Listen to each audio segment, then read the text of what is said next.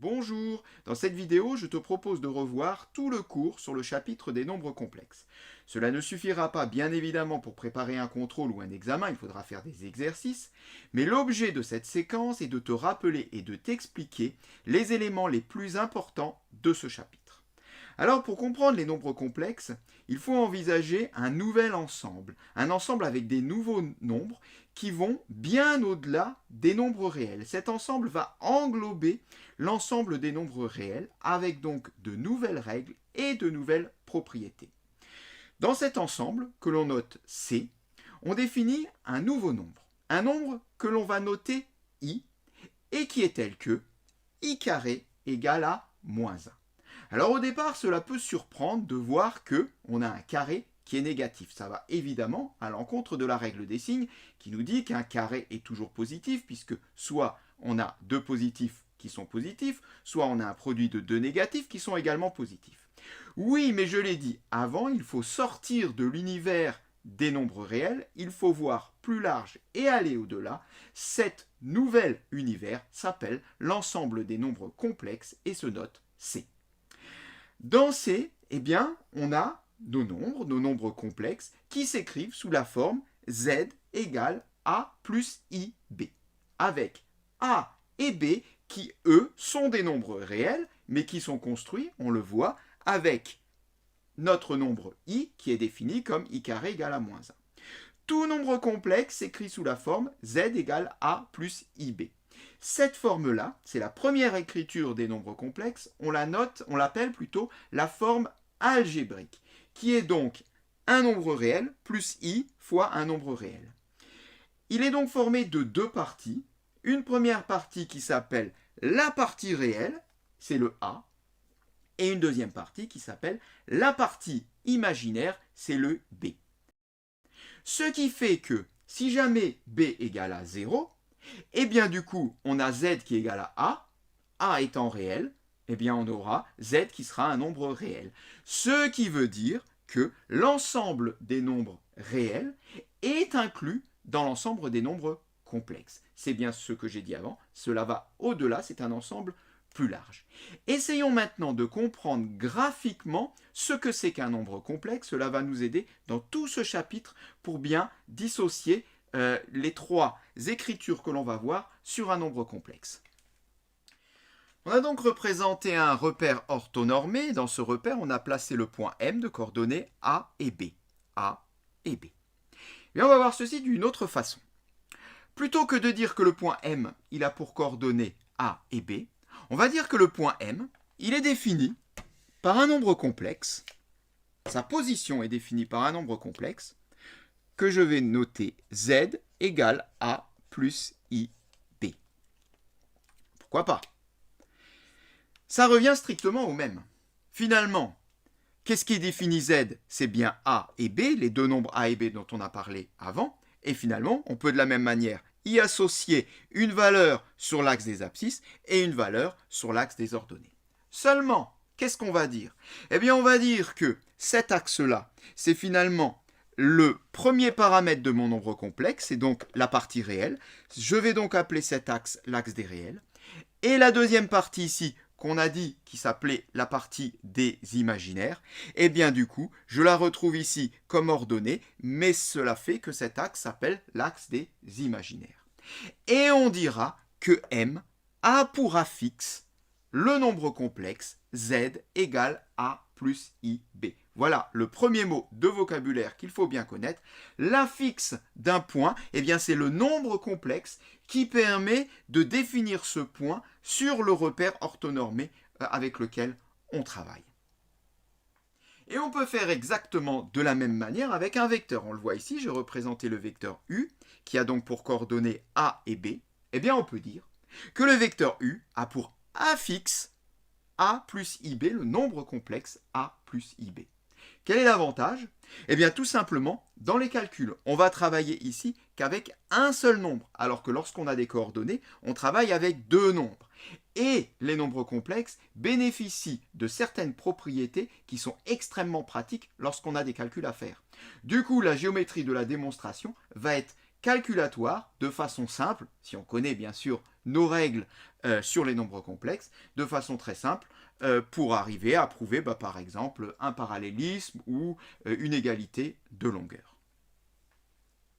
Alors voici déjà une première série de propriétés. Je ne vais pas les lire en détail, toutes ces propriétés. Je te laisse éventuellement mettre la vidéo en pause si tu veux en prendre connaissance ou si tu ne les connais pas bien. Je m'arrête juste 15 petites secondes sur la première qui nous dit que si on connaît les affixes de m et n, zm et zn, eh bien on peut obtenir très facilement l'affixe du vecteur mn. C'est très simple, zn moins zm. Autrement dit, dans l'écriture du vecteur, je prends le deuxième point moins le premier.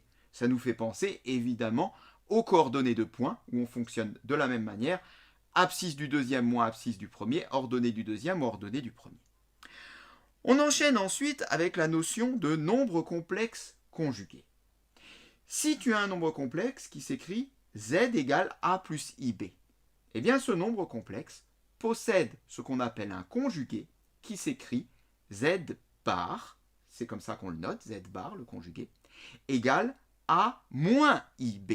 Je garde la même partie réelle et je prends l'opposé de la partie imaginaire. Géométriquement, eh bien ça nous donne ceci. J'ai mon point M qui a pour affixe a plus ib. Le conjugué de z, z bar, s'écrira a moins ib. Autrement dit, je garde la même partie réelle, le même a.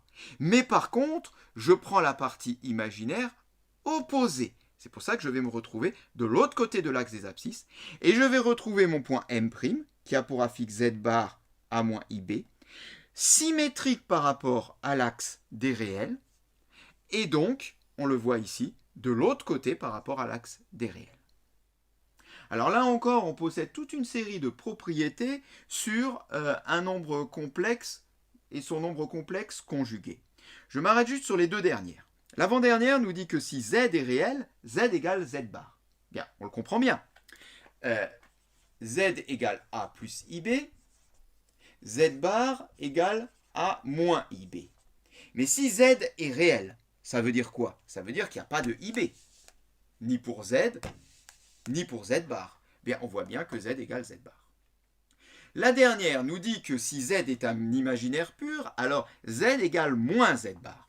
Je reviens à la définition du conjugué, a plus ib, a moins ib, mais c'est un imaginaire pur. Alors imaginaire pur, c'est un nombre qui ne possède pas de partie réelle. Autrement dit, il se trouve nécessairement sur l'axe des imaginaires. Donc s'il n'a pas de partie réelle, il n'y a pas de a ici. Du coup, z égale plus ib, z bar égale moins ib, eh bien oui, on voit bien ici que z égale moins z bar. Ils sont donc opposés. On va poursuivre avec deux nouvelles notions qui sont liées et qui vont nous permettre d'obtenir une nouvelle écriture des nombres complexes. On rappelle la première écriture sous la forme z égale à a plus ib et la forme algébrique. Mais il en existe deux autres, on va le voir. Alors pour cela, il va falloir utiliser un autre système de coordonnées. Jusque-là, notre nombre complexe avec a et b s'appuyait sur l'abscisse et l'ordonnée du point M. On est d'accord. Mais il y a d'autres moyens de définir la position d'un point. Un des moyens consiste à utiliser déjà la distance qui nous sépare de l'origine. Donc, en fait, la longueur du segment marqué en vert. Si je dis par exemple mon point M se trouve à 3 unités de l'origine, j'ai déjà une petite idée où se trouve M. Alors, il peut se trouver là, mais le problème c'est qu'il pourrait également se trouver ici. Si ça fait 3 unités, ou ici, ou ici. Donc on voit que ça ne suffit pas. La distance qui nous sépare de l'origine n'est pas suffisante. Il nous faudrait un autre nombre. Eh bien, cet autre nombre, c'est l'angle que fait le vecteur OM avec le vecteur U de la base. Cet angle-là.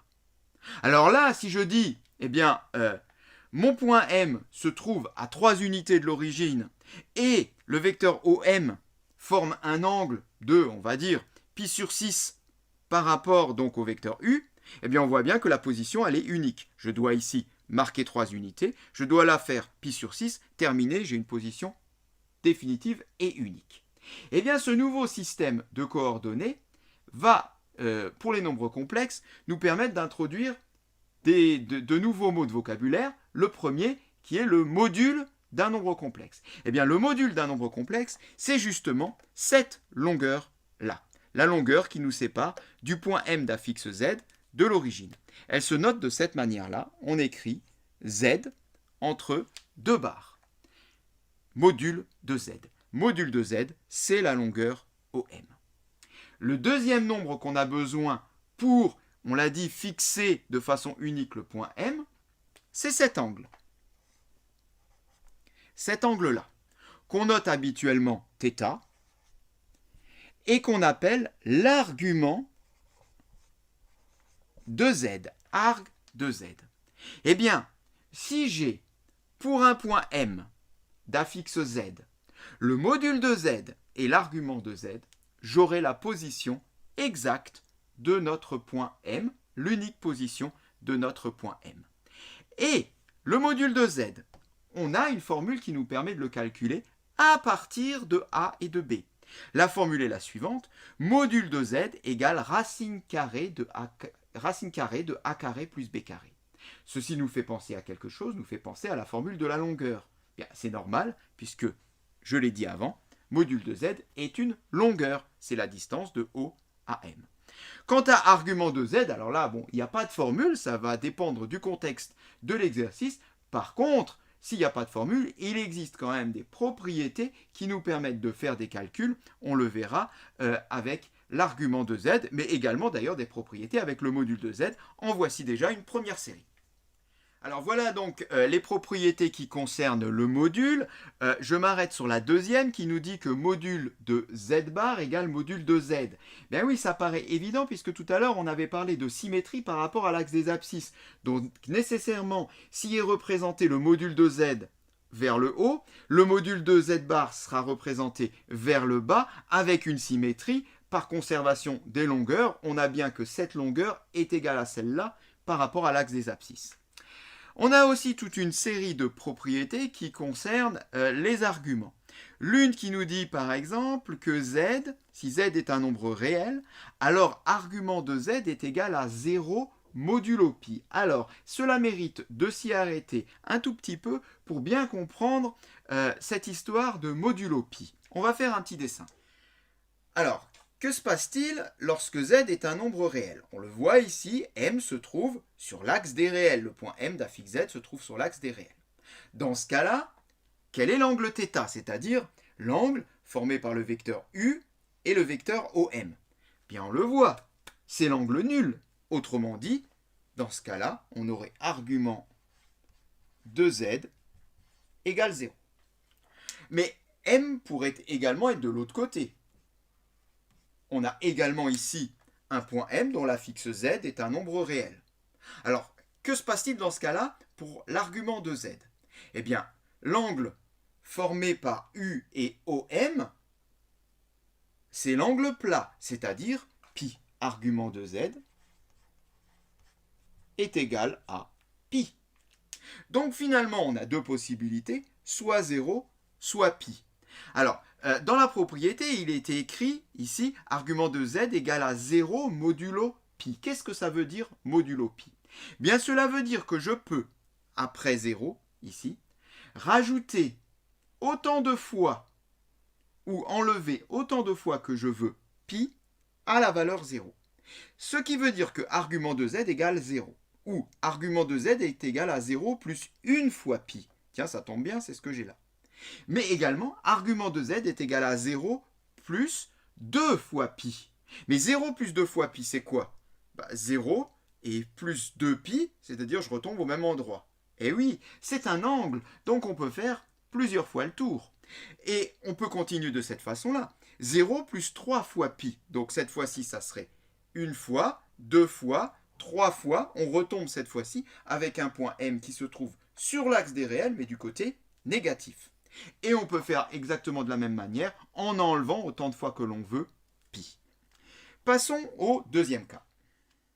J'ai donc un point M d'affixe Z dont Z est un imaginaire pur, c'est-à-dire que Z se trouve nécessairement sur l'axe des imaginaires. Dans ce cas-là, combien vaut argument de Z, c'est-à-dire l'angle UOM? Eh bien, l'angle UOM, on le voit ici, est égal à pi sur 2. Mais m peut être également en bas. J'ai également ici un point m dont l'affixe z est un imaginaire pur. Dans ce cas-là, argument de z sera égal à 1 fois, 2 fois, 3 fois pi sur 2. 3 pi sur 2. Que nous dit la propriété? La propriété nous dit que argument de z est égal à pi sur 2 modulo pi. Ce qui signifie que on aura pi sur 2 plus autant de fois que je veux pi, ou pi sur 2 moins autant de fois que je veux pi. On part au premier, pi sur 2. Pi sur 2, je l'avais bien. Ensuite, pi sur 2 plus 1 fois pi. Pi sur 2 plus 1 fois pi, j'arrive bien ici en 3 pi sur 2. C'était bien la deuxième solution. Si je fais pi sur 2 plus 2 fois pi, c'est-à-dire pi sur 2 plus 2 pi. Pi sur 2 plus 2 pi. 2 pi, c'est tout le tour. Je retombe ici, donc sur le point M de la première situation, etc. On voit bien que argument de z est égal à pi sur 2 modulo pi définit bien ici toutes les solutions qu'on peut avoir pour un point M dont l'affixe est un imaginaire pur. Et bien à partir de là, on va pouvoir définir une nouvelle écriture des nombres complexes. Comment on va faire? On va travailler dans des triangles rectangles afin d'écrire autrement la valeur A qui est ici. Pour cela, je considère donc ce triangle rectangle et je vais appliquer la formule du cosinus. Qui me dit quoi? Qui me dit que cosinus de θ est égal à côté adjacent, la longueur du côté adjacent c'est A, sur hypoténuse, la longueur de l'hypoténuse, module de z. J'écris ça autrement, ça me donne donc A est égal à module de z cos θ. Je retiens ce premier résultat. Je vais maintenant faire exactement la même chose, mais cette fois-ci avec le sinus. Je vais donc prendre sinus θ. La formule est opposée sur hypoténuse. Alors, sinus θ égale à opposé, quelle est la longueur de ce segment? Bien, c'est marqué ici, B. Sur hypoténuse, ça reste module de z. Du coup, je peux en déduire que B est égal à module de z sinus θ. On a donc A qui est égal à module de z cos θ et B qui est égal à module de z sinus θ. On remplace. Mais alors, si A et B s'écrivent par ces expressions, dans l'écriture algébrique de z, je vais pouvoir remplacer A et B, respectivement par module de z cos θ et module de z sinus θ. Ben, c'est ce qu'on va faire. Z égale module de z cos θ plus I module de z sinus θ. J'ai remplacé A et B. On voit ici qu'on a module de z. Dans les deux termes, on peut donc factoriser par module de z. Ça fait module de z, facteur de cos θ plus sinus θ. Eh bien, on vient ici d'introduire ce qui s'appelle la forme trigonométrique d'un nombre complexe. Forme trigonométrique d'un nombre complexe qui est donc définie, on le rappelle, par la distance du point M d'affixe Z à l'origine et l'angle qui est formé par le vecteur U et le vecteur OM. C'est un nouveau système de coordonnées, mais qui fonctionne très bien et on va le voir ensuite, qui est très pratique pour effectuer des calculs, mais pour cela, il faudra passer à la troisième écriture des nombres complexes. Z égale module de Z cos θ plus I sinus θ avec θ égale argument de Z. C'est la forme trigonométrique, on le voit, mais ça pose un petit problème, c'est que quand même cette écriture, elle est assez lourde, c'est assez long. Et pour travailler avec, c'est pas toujours évident parce qu'on est obligé de bien connaître certaines formules de trigonométrie. Du coup, on a eu l'idée géniale de poser ceci. EIθ égale cos θ plus I sinus θ. Alors, E, c'est bien le E qui est vu dans le chapitre fonction exponentielle. Mais du coup, si on a ceci, eh bien Z peut s'écrire module de Z, EIθ. Je remplace ce facteur. Eh bien voilà la troisième écriture des nombres complexes. Module de Z, EIθ, c'est la forme exponentielle d'un nombre complexe et qui, comme pour la forme trigonométrique, dépend de deux objets géométriques, le module de Z et un argument de notre nombre complexe. À partir de là, eh bien, L'avantage de cette forme, c'est qu'on va pouvoir travailler avec les exponentielles. Et on connaît toute une série de formules qui sont assez simples à retenir et surtout assez simples à travailler sur les exponentielles et qui restent valables avec les nombres complexes. On les voit ici. Par exemple, EI égale EI θ plus θ'. Lorsqu'on multiplie deux puissances, on additionne les exposants. Je te laisse regarder toutes les autres, je ne rentre pas dans les détails. Je fais juste une petite pause sur une des propriétés fondamentales en géométrie, qui est presque d'ailleurs un cas particulier, un exemple, mais elle a quand même passionné beaucoup de mathématiciens, qui est la suivante. EIpi égale à moins 1. Alors on peut l'expliquer, et pour l'expliquer, là encore, on peut regarder géométriquement ce qui se passe. EIpi c'est quoi? Bien, c'est un nombre complexe, déjà, dont le module est égal à 1, puisque devant EIpi, j'ai rien. Donc en fait, j'ai une fois EIpi. Le module est égal à 1, ça veut dire que nécessairement, le point qui a pour affixe EIpi se trouve sur le cercle de centre O et de rayon 1. Pi, cela veut dire que un argument de mon nombre complexe est pi. Autrement dit, je dois donc faire un angle ici de mesure pi avec le vecteur u. Vu qu'il se trouve donc sur le cercle de rayon 1 et vu que je dois faire un angle de mesure pi, eh bien je me trouve nécessairement ici, voilà E, I, pi. Voilà le point M d'affixe E, I, pi. Eh bien, si là j'ai le vecteur unitaire u, ici je suis en 1, donc forcément de l'autre côté, ici, je me trouve en moins 1, ce qui explique bien que E, I, pi est égal à moins 1. Alors voilà donc les trois écritures des nombres complexes, la forme algébrique, la forme trigonométrique et la forme exponentielle. Une partie du travail que tu auras à faire, c'est de savoir passer d'une forme à l'autre et dans tous les sens, bien évidemment. Je l'avais dit au début de cette séquence, les nombres complexes sont très utiles en géométrie pour faire des démonstrations. Pour cela, bien sûr, quelques outils, et en voici 3 qu'il faut connaître et qui nous permettent bien de faire des calculs sur les angles et sur les longueurs. Sur les angles, bien évidemment, en utilisant l'argument, sur les longueurs, en utilisant le module. Alors là encore, ces trois propriétés, je ne les lis pas en détail, je veux juste m'arrêter sur la toute dernière, celle qui nous dit que l'angle ABCD est égal à un argument de ZD moins ZC, le tout sur ZB moins ZA. Petit truc pour retenir, on voit que tout est écrit à l'envers. Du côté angle, j'ai ABCD, du côté argument, si je lis, j'ai DCBA. C'est un petit moyen technique pour s'en souvenir. Dernier point à connaître sur les nombres complexes, c'est cette fois-ci de l'algèbre pure et les équations du second degré. Je rappelle ici donc toute la propriété intégralement avec ce qui a été vu en classe de première, puisqu'en classe de première, tu as appris à résoudre des équations du second degré à partir avec la méthode du discriminant. On avait vu que si ce discriminant, si ce delta est strictement positif, on possède deux solutions à notre équation. Moins b plus racine de delta sur 2a et moins b moins racine de delta sur 2a. On avait vu que si ce discriminant est nul, notre équation possède qu'une seule solution qui est moins b sur 2a. Et on avait vu que si delta est négatif, il n'y a pas de solution. Alors oui, il n'y a pas de solution réelle, c'est vrai. Mais par contre, dans le monde des complexes, il existe deux solutions si delta est négatif. Ces solutions sont les suivantes. Si ton équation s'écrit az carré plus bz plus c égale à 0, a, b, c, par contre, sont des nombres réels, donc des coefficients. Ça pourrait être, par exemple, 2z au carré moins 3z plus 5 égale à 0.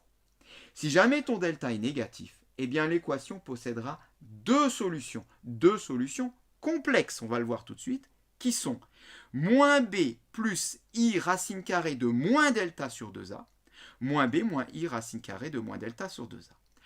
On voit bien donc notre petit nombre i, qui nous rappelle qu'effectivement les solutions sont complexes. Sous la racine, on met moins delta, il ne faut pas s'en étonner. Moins delta, pourquoi? Bien tout simplement parce que delta est négatif. Donc tu auras quelque chose genre, je ne sais pas, moins 5 par exemple. Donc il faut bien ramener quelque chose de positif sous la racine pour pouvoir avoir un coefficient réel. Sinon le coefficient ne sera pas réel. Donc du coup c'est pour ça qu'on a moins delta. Alors là, voilà, ça c'est la propriété. Il faut bien sûr s'entraîner à résoudre ce type d'équation. S'entraîner comme tout le reste, je rappelle que dans cette vidéo, tu n'as vu que le cours. Il faut maintenant faire des exercices si ce n'est pas fait pour bien maîtriser ce cours. Cette séquence est terminée.